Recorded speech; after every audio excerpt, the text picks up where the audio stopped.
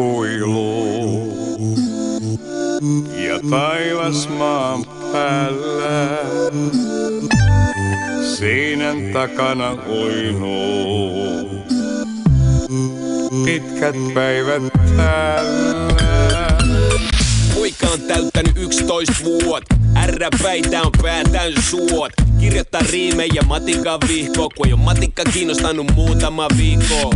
Luurit pääs istuu omassa huoneessa, ovi lukossa lavannemmilta juodessa. Keskustelut ollut täällä yhtä huutoa, vanhemmat pelkää pienensä muutosta. Poika tää ymmärtää ohjeet, on vaan pissestä ja mimmeistä aivan tohkeis. Sano saapansa mutaa, nyt aamusta iltaa vaan luukutta musaa.